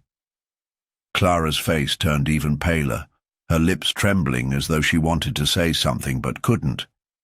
The realization hit Miss Marple like a bolt of lightning. The room seemed to close in on them as Miss Marple took a slow, deliberate step toward Margaret. "You weren't the mastermind, Margaret. You were a pawn too. Someone else has been pulling the strings all along." Clara looked up, her eyes wide, as if seeing her mother for the first time. "What? Who?" Miss Marple turned her gaze back to Margaret, who was now visibly sweating, her hands twitching nervously at her sides. It wasn't just the opera house. It wasn't just Edward Barnes's murder. It had all been about something much bigger. Margaret had been a part of a game, but not the one calling the shots. Who, Miss Marple? Who's been pulling the strings? Clara asked, her voice barely a whisper, her confusion still clouding her judgment. "You mean my mother wasn't the one who planned all of this? Then who?" Miss Marple paused, letting the silence hang in the air, giving Margaret no chance to deflect. The pieces had finally come together, the intricate puzzle she'd been working on clicking into place. She could almost hear the final piece fall into place. Edward Barnes wasn't just murdered because of a simple dispute, Miss Marple began, her voice steady. It wasn't only about control over the opera house. The key to understanding this entire case lies with the money, the financials that Edward had been reviewing, which everyone had overlooked. Someone had been embezzling funds from the opera house for years, and it wasn't just anyone. It was someone on the inside, someone who stood to lose everything if Edward exposed the truth. Clara's eyes widened in horror as she slowly pieced together Miss Marple's words. "You mean, no, it can't be." Miss Marple turned to face the door, where the silhouette of a man had quietly appeared in the hallway. He had been standing there, just out of sight, waiting for the right moment to reveal himself. Edward Barnes's closest confidant, the opera house's accountant, Victor Daniels. Margaret's eyes flickered with something dangerously close to panic, her gaze darting to the door as if she could will him to disappear. But it was too late. The truth had come rushing forward, and there was no escaping it now. Victor entered the room, his usual confident demeanor gone, replaced by an air of nervousness, as though he knew his time had come. "Miss Marple," he said, his voice cold, "I see you figured it out." Margaret's face twisted into an expression of barely contained fury. "No, this isn't what you think. It wasn't supposed to end like this. I did everything so we wouldn't lose control of the opera house." "You promised, Victor." Victor's lips curled into a bitter smile, but there was no joy in it, only a hard edge. "Your promises don't mean much, Margaret, not when the game's up."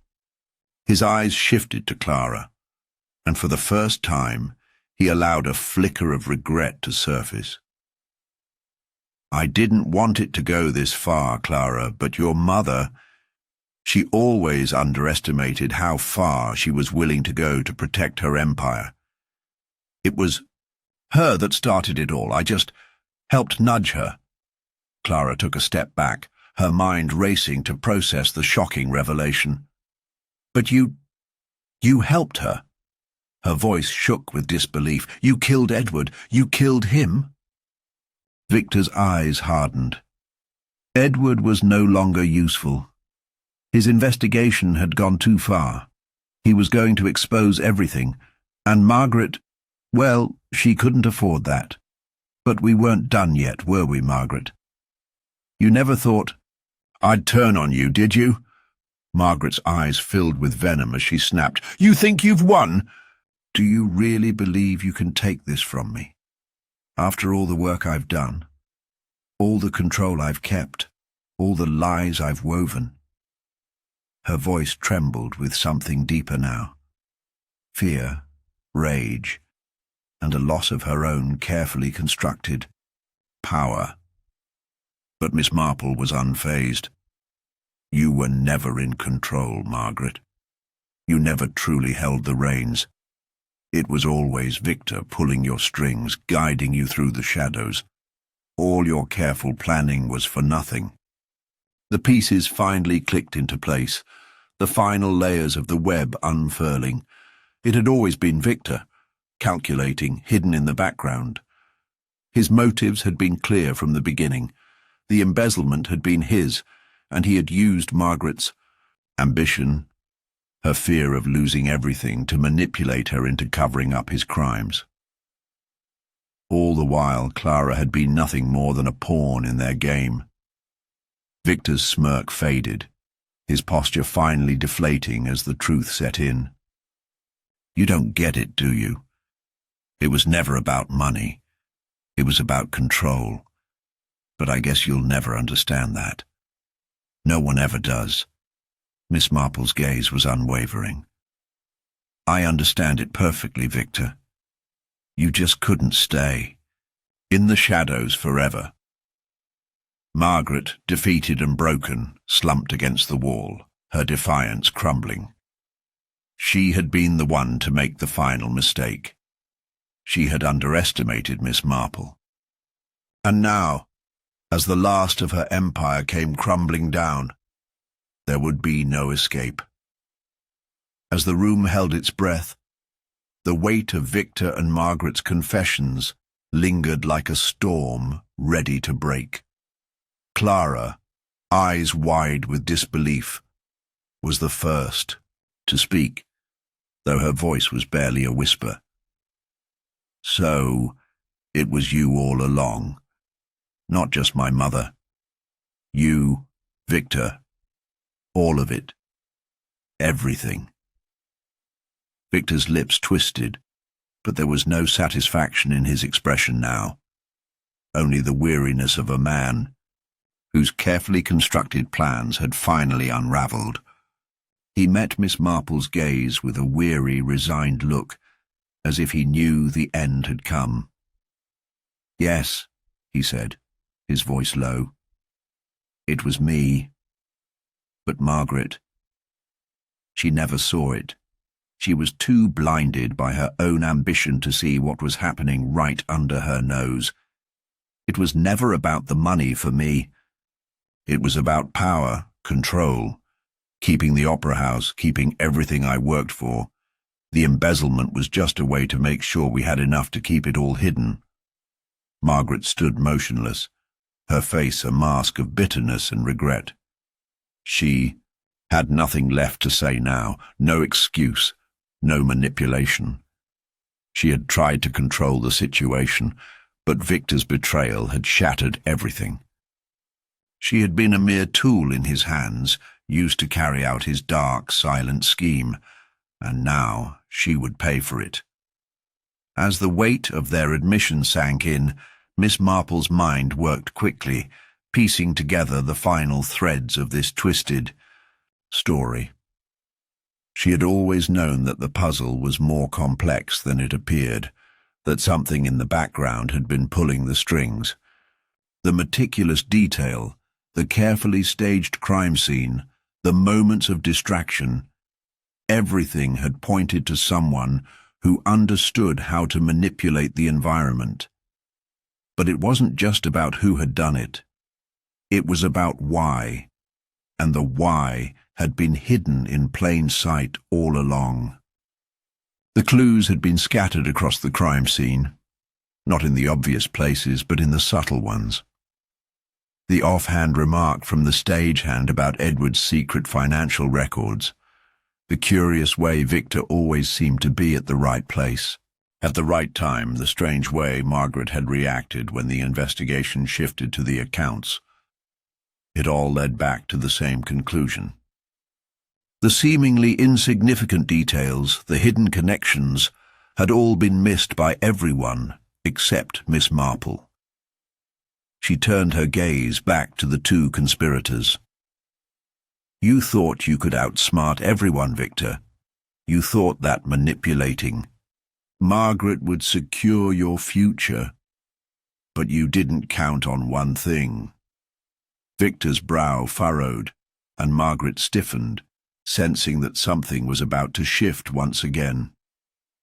The truth always comes out, Miss Marple continued, her voice calm as always, and it's never as clean as you think it will be. Victor let out a short, humorless laugh. You think you've won, don't you? But it's too late. You're too late. Miss Marple's eyes never left him. Too late? For what, Victor? The law? Justice? You're already caught. Your confession is enough, and the evidence is irrefutable. She paused, letting the weight of her words settle in.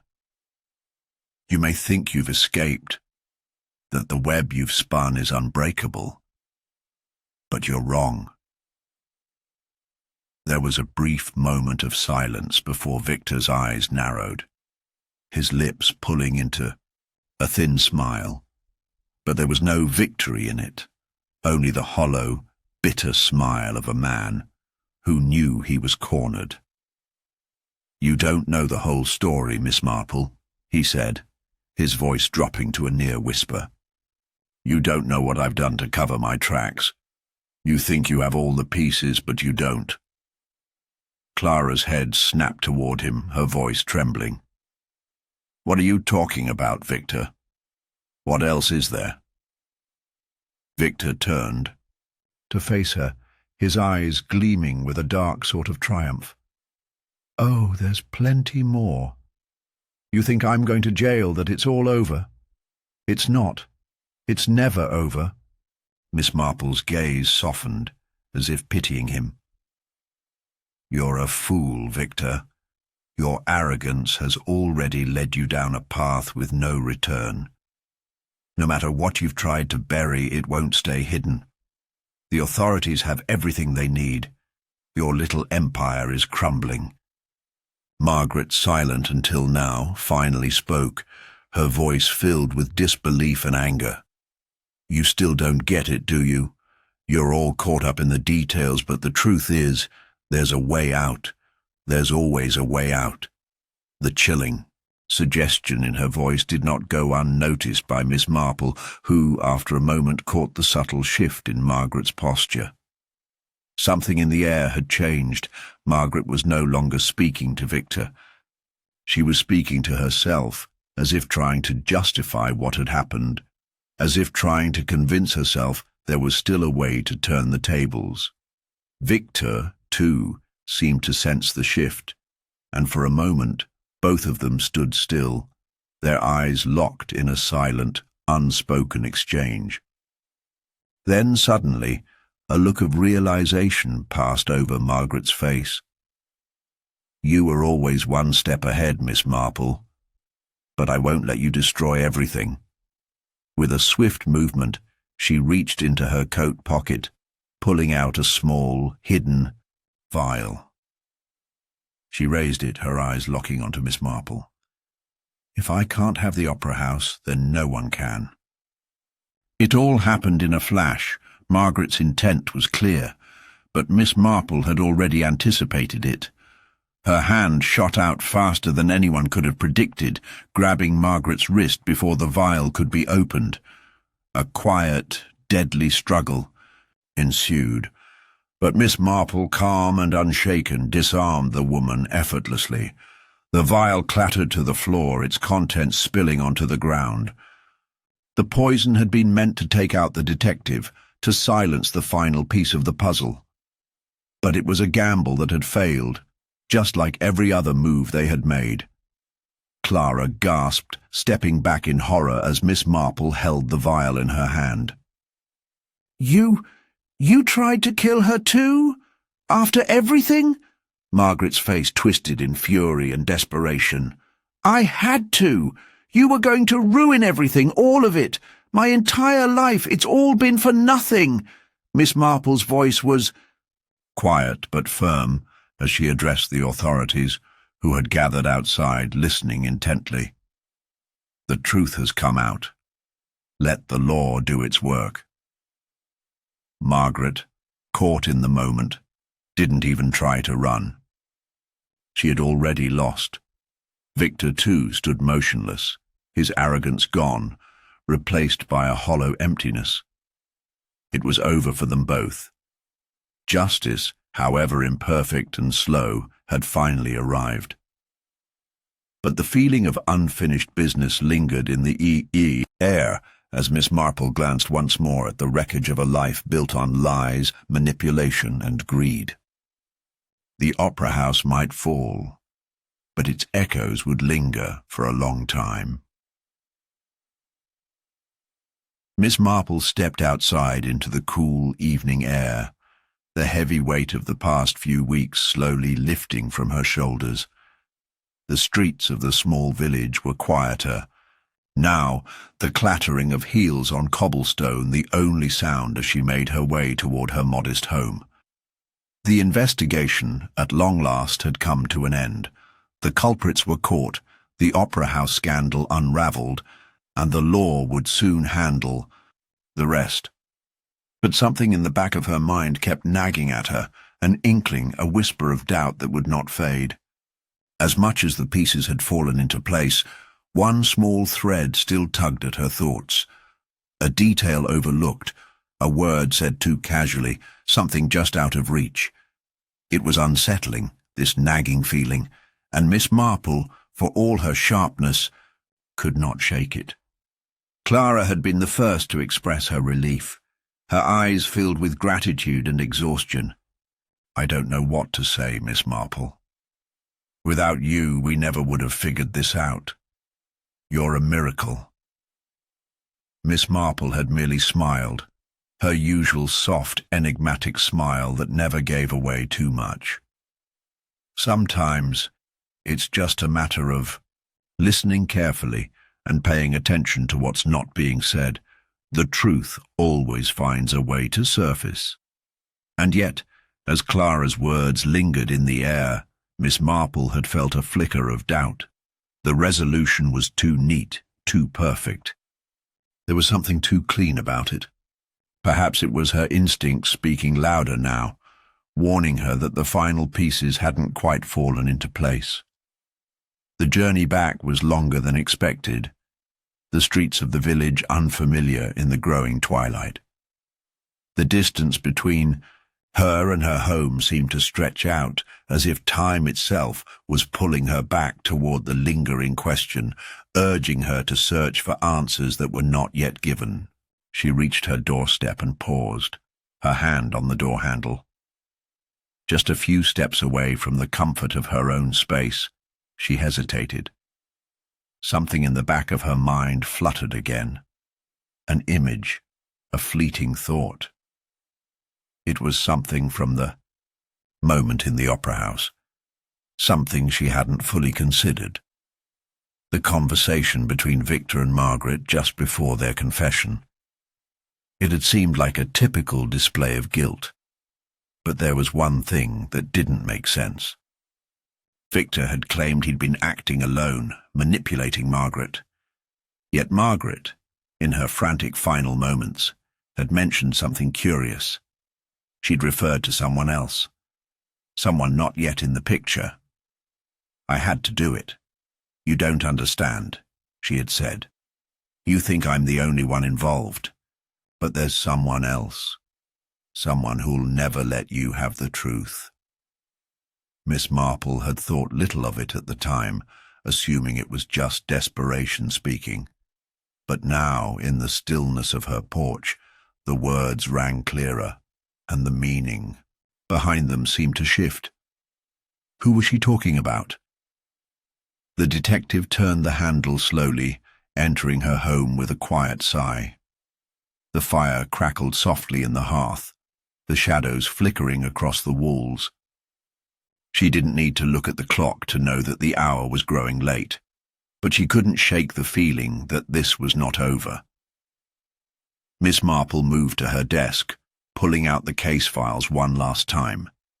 She methodically reviewed the evidence again, notes, interviews, and the timeline of events. She thought about Victor and Margaret, their betrayals, their motivations. Yet in the back of her mind, something told her that there was more lurking in the background, just waiting to be discovered. A sudden thought struck her, and she rifled through the folder, pulling out the photograph of the opera house. She had studied it so many times that the details seemed burned into her memory. But now, something stood out, a subtle discrepancy that no one had pointed out before. In the background of one of the photographs, barely visible, was a shadow. It was only there for a split second, almost imperceptible, but it was enough to catch her attention. The image was blurry, but there was a figure, a man perhaps, or someone in a dark cloak, standing just outside the stage door. He was not part of any of the statements or interviews. No one had mentioned him. But Miss Marple, having seen enough deception in her time, knew that the shadows often held the key. Could it be? The cryptic message from Margaret, her frantic words, the mysterious figure on the photograph. It was enough to raise a troubling question. Was someone else still orchestrating this? Someone whose name had never appeared in the records? Someone who had been waiting for the right moment, pulling strings just out of reach? The detective's mind raced, analyzing every possibility. It was entirely plausible that there was more to this case than she had first believed. Victor and Margaret had been the face of it, the ones whose crimes had been exposed. But what if they were simply pawns in a much larger game? Miss Marple leaned back in her chair, the realization settling over her like a dark cloud. The case, it seemed, was not as closed as it appeared. There was still a chapter left unwritten, a final act yet to unfold. Outside, the wind picked up, howling faintly through the trees. The village was still, unaware of the silent storm that was brewing beneath its peaceful exterior. Clara would be relieved, of course, and the police would follow the evidence where it led.